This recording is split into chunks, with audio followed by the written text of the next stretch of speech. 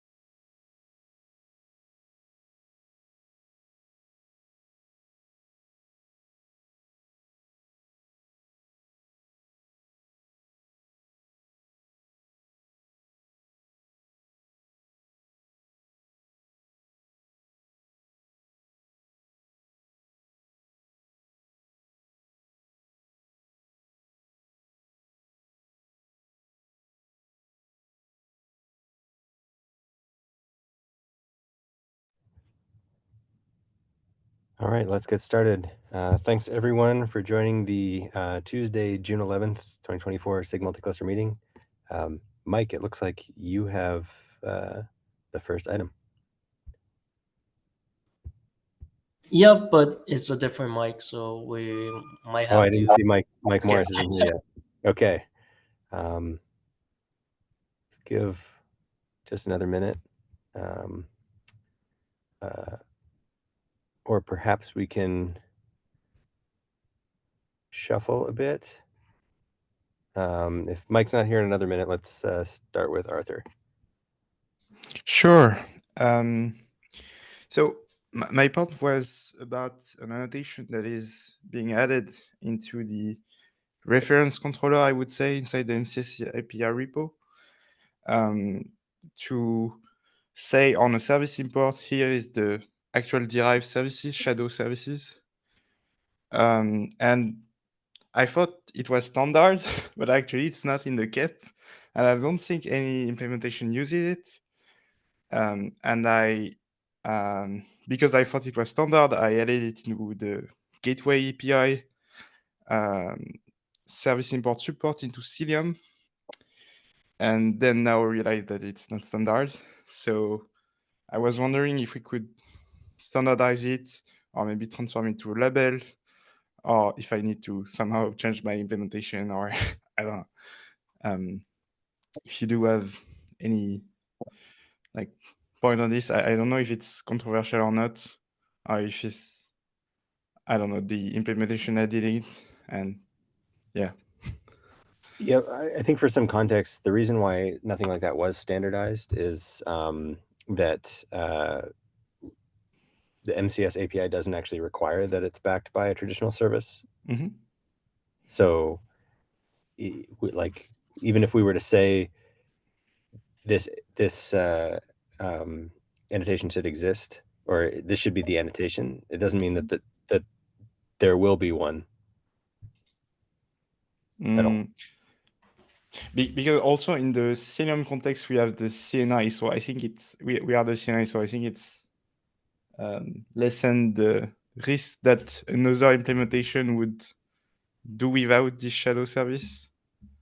But yeah, maybe in the KEP we could say if you are using your derived services, you should add this annotation. Does that make sense? Or I'm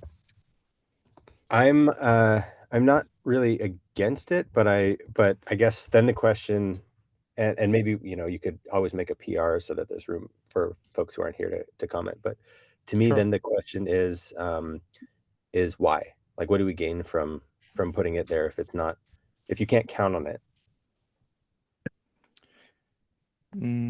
Well, from my implementation point, if I recall correctly, because it was a long time ago, the way that services are built and passed through Envoy, which implement Gateway API, is like the same as the internal core logic of Cilium. So I would need to somehow add service import support just for Gateway API, and it's well, probably 5 or 6 times the code to do that. And having this annotation allow me to just swap it. Like at some point in the internal logic, I say, oh, don't worry, we don't deal about service import anymore. We deal about this service, which is the one that is in the annotation. That's So, that's compelling. So if there's an MCS implementation having this, knowing that you can then defer to this works, but Cilium would still not work in an implementation that didn't use derived services, right? Sorry, I didn't get your question. Well, since the MCS API doesn't actually require that there is a derived service at all, like if Cilium was relying on this annotation, it still wouldn't work. If you didn't have a derived service. Yeah, it would like error, like we only support implementation that does or something like that. Okay. Yeah, I'm not strictly against it. Maybe make a PR so that folks can comment. What are the circumstances where the derived service doesn't have the same name as the service import? This is also a good question. In the MCS API, like reference implementation, it uses derived dash and the hash of the actual services that we, well, the hash of the service import name, something like that, if I recall correctly. And we want to do the same in Cilium MCS API implementation, which is not the Gateway API service import support. Yeah. Okay. So how does the derived service actually get used then if it doesn't have the... So it won't be used by anything that expects to find the service. So there is another controller that sync back the IPs from the derived services to the service import ones. And then you have DNS, probably the core DNS multicluster that picks all of these up. The service imports, yeah. Yeah.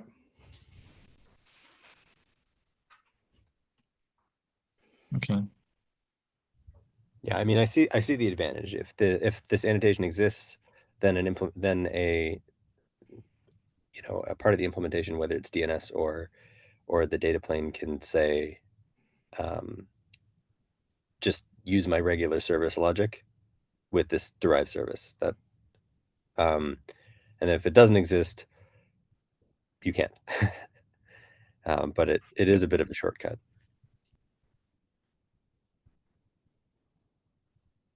Okay, well, I will send a PR, put it in a note, and so people would be able to comment. Let's see. Sounds great. Thank you. Thanks to you. Okay, I still don't see Mike Morris, but Ryan, take it away. Thank you, Anthony. So I have two items. One is maybe I can share my screen.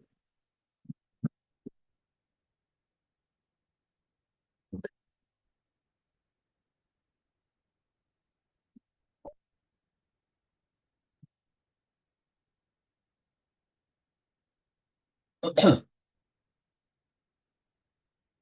Okay, I think this one I got multiple liquid to me from different parties. I get I think maybe Germany you just reviewed 8 hours ago.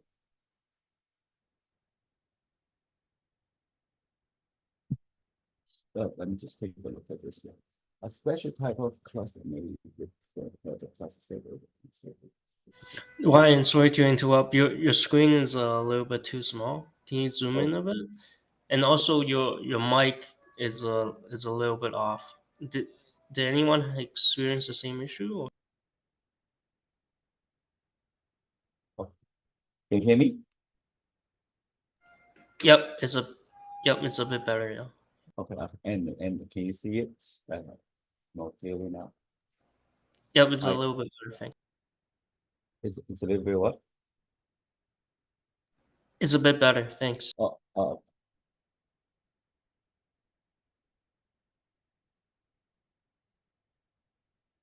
a special type of cluster inventory representing cluster by cluster as a concept exists strictly then. It's not a special case of cluster inventory. Yeah, I was just saying that this I don't think this line is quite true or necessary, but otherwise everything here makes sense. Basically, like a cluster set is not a special type of cluster inventory. There may be a special type of cluster inventory that represents a cluster set. Yeah, there may be a special if the cluster inventory, a cluster inventory is basically a whole bunch of clusters. If they happen to satisfy the namespace name sameness, then it will be a cluster set, right? Right. But yeah, basically what I was saying is line 392, if you just delete that, I think everything else makes sense. Okay. I just found that one line slightly confusing. Okay. It's just a phrasing problem, not a actual concept problem, right? Right. Yeah. I think this line to me made a lot of questions about the concepts that I don't think are real questions. So yeah, if we remove 392, then there's no problem. So we're on the same page that cluster set basically is a different concept, and if a cluster inventory happen to have that characteristics, then it's cluster. But it's kind of beyond the point. It's not what this is about. So exactly. We can, but we agree on that, but we can remove that just to reduce the confusion. I think that totally makes sense. I'll make the change right after this. Other than that, any questions from the audience? If not, I'll move to the next topic. I think we've discussed this around the time we have the KubeCon EU, and but then we get sidetracked by the discussion about on this tab. By the way, I think our this tab our tab enhancement change. So because this PR is mostly there to resolve the difference of discussions on whether the CRD should be a namespace scoped or cluster scoped. And I think we all now agree, at least converged on the idea, at least start as a namespace, so that the CRD is merged. So now we can move to the next part, which is that's why I pick up this discussion again on the credential parts. A key thing I had an internal discussion with a few team members, and one thing I think there are a lot of confusions, because that I remember in the discussion there are a lot of ideas and kind of all. I'm not sure if we have any consensus around anything. So this time I want to see if we can take step by step for each. The first thing I think is confusing part is, because a lot of our discussion is this one. Whether the cluster profile API, this one, not cluster inventory, cluster profile API itself, is it responsible for credential management or put it more in a technical detail way, is whether the cluster profile controller do anything to generate a credential and set it up with RBAC, with the authentication authorization on the member cluster it represents according to customer needs.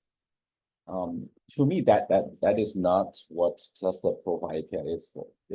Cluster profile API is mostly a read status read only API. So if we can agree on this part, I think a lot of other questions can be answered more clearly, or we could have at least some kind of base to discuss this and next steps. I just laid it out there. Feel free to comment. By the way, I can only suggest I cannot edit this file. So it's just a suggestion yet. I don't know if people can comment on my suggestions on that, or if people can even see this.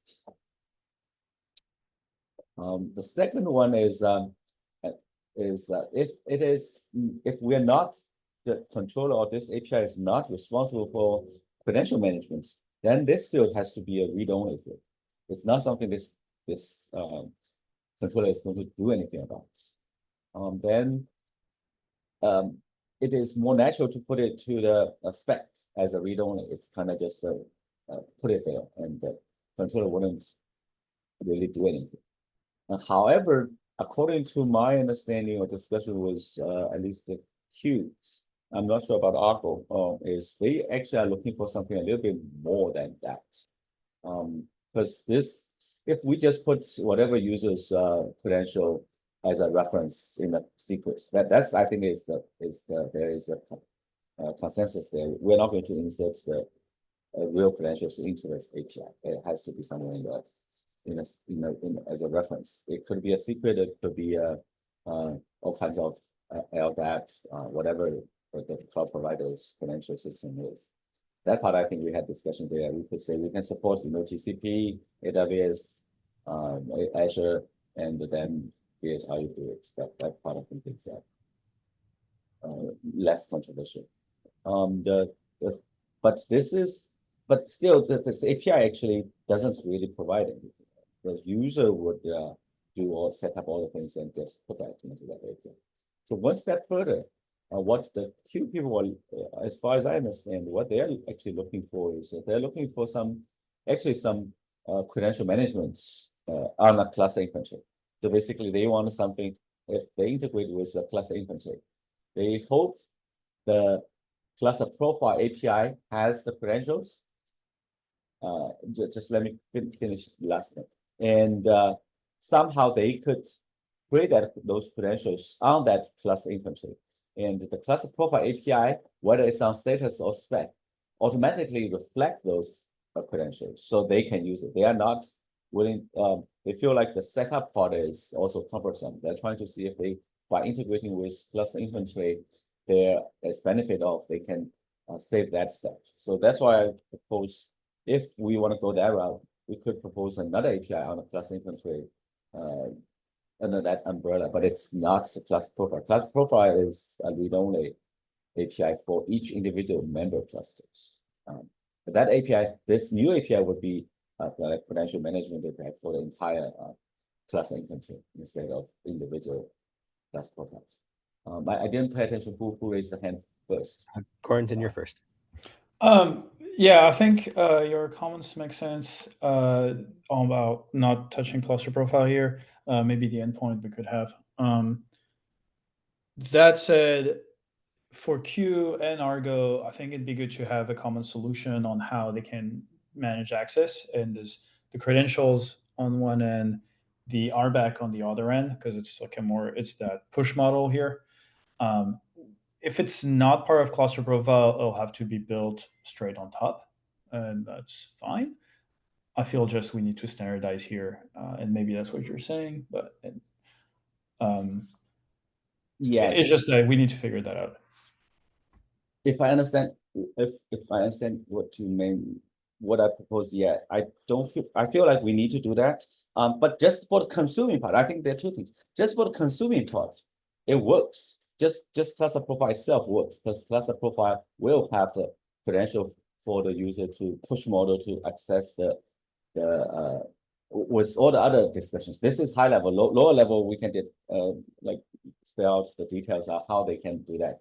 But if as far as I see, just the integration part, we can unblock Argo and Q if as soon as we decide. Just like Q, the Q is simple, right? You have a secret reference, and if the type is a secret, the reference is basically could be I'm not sure it's fully solved. Sorry, Jeremy, I'll let you go after. I don't think it's fully solved yet. I mean, if a new cluster profile appears, is everything configured for Q, or is Q automatically configured, right? Exactly. I don't think that's the case. Yeah, exactly. So just let me be clear on that. Exactly. So the cluster profile API itself if it's on a spec, someone, so if the queue has that spec, it will work. What it doesn't work, as you said, is who generates that thing, right? The new cluster joins, who generate that thing? That's exactly what I feel like Q want us to solve that, so that they don't have to have someone manually set up the credential and put that into it, which is exactly what they're doing now. So that in a sense, they have less incentive to integrate with us, because we are not solving practically any problem for them. Although the API would be like so-called standard API, but practically not solving any real problem. But as you said, they want us to somehow, if a new cluster comes in, somehow the cluster profile, that credential is populated for them. Then they have seamlessly can integrate, as far as I know. That's yeah, Jeremy, if you want to. Yeah. Yeah, I think Corentin said much of what I wanted to say already. But yeah, I definitely think this API should not handle credential management. And another API, we can always add new APIs to do things like that. But like as a cloud provider, I don't think you'd want this, because as a cloud provider, you'd use the cloud provider's access control mechanism to control access to the clusters, and the inventory would just be an inventory. And on GCP, I imagine that for example, that the credential reference would actually just be like a cluster name that then how to connect to using whatever. So I think this makes sense. Yeah, if there's demand, we can always come up with something else. Just access control and access management is such a big, heavy thing. I don't know how much we need to do. And if at the end of the day, what you really want is put secret A in all your clusters, there's already tons of tooling that can put an identical secret in multiple clusters. So yeah, yeah. So I think again, I agree with that. The next step is, I think it's just if the community agree that the cluster profile API is not responsible for credential management, then the API itself will only contain read-only things. Then we can design the read-only structure, what it looks like. Then it's a lot simpler. We're not going to do any work. Then the third one is what, as you said, how to put secrets to every cluster, things like that. I'm thinking again as the standardized, right? The key is we pretty much the cluster profile API itself has a lot of, or most of the project that sponsor this has its own cluster profile API. The main point is try to standardize them to how to create credentials and manage RBAC thing. I totally agree. There are plenty of ways to do that. It's just I'm not sure if there's a standard way to do that, and I'm not sure if that standard way has value. Whether would that provide value for third party to integrate with us, or are going to, we can discuss with them and see if they are interested in this type of standard APIs. But I think, at least from what I hear, we have a consensus that we don't need to do credential management, at least on this API. And the rest of the credential part, I think it's easier, a little bit easier. We have already had multiple discussion and some proposed somewhere here. I think I can take a snap at it and add a little bit more concrete ideas, either as a cap or just put it here first for comment and moving forward. Does this make sense? okay.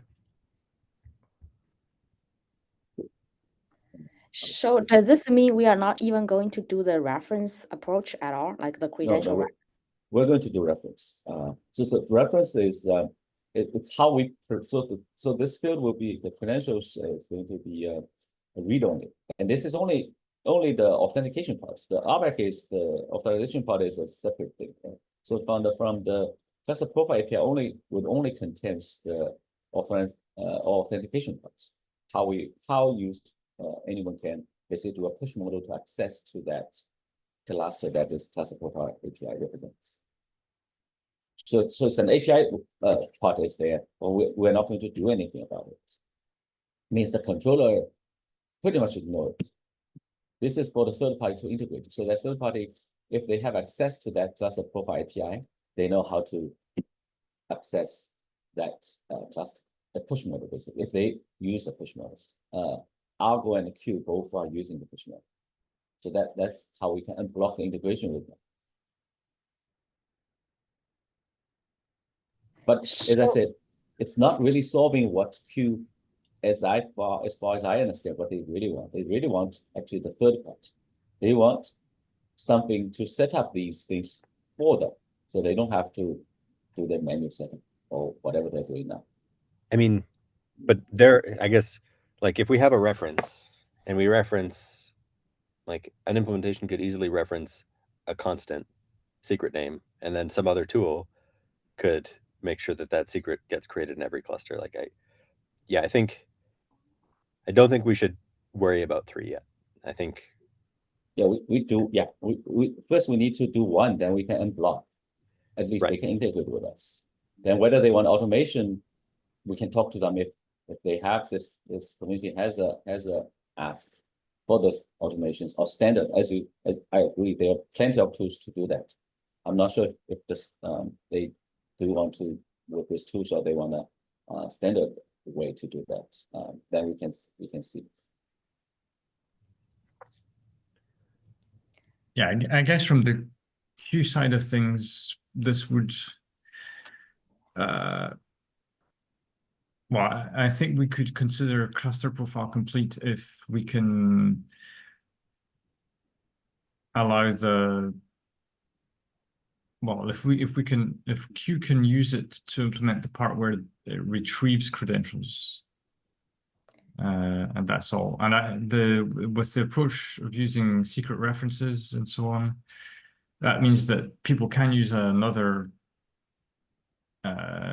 tool to put secrets wherever is appropriate, and then as long as the cluster profile spec allows for that to write the appropriate references in the right places, then consuming tools can use cluster profile to get the credentials without knowing about which tool is actually setting things up.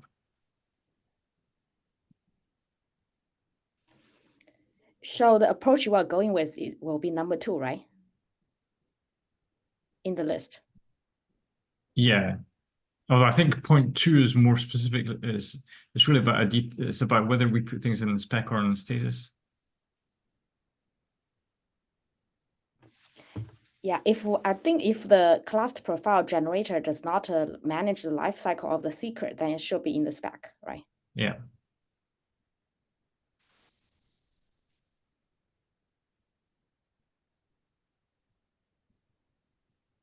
Yeah. Cool. Okay. Okay. Thanks. Now go ahead with more detailed flesh out some of the details.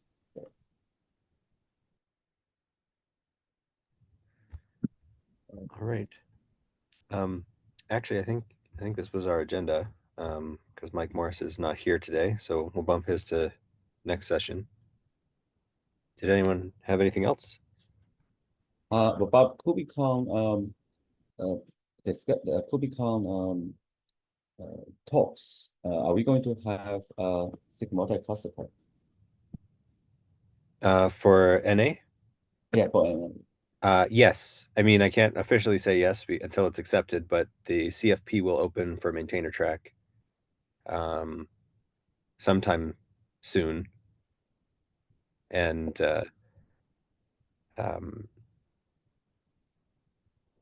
we'll definitely be submitting. Yeah. Okay. Then I'll ping you for details then. Okay, sounds good. Yeah, the maintainer track submissions always come after the main talks. Okay. All right. Well, then I think we can wrap a little early today. Thanks, everyone. Good discussion. Let's follow up next meeting. Thank you. All right.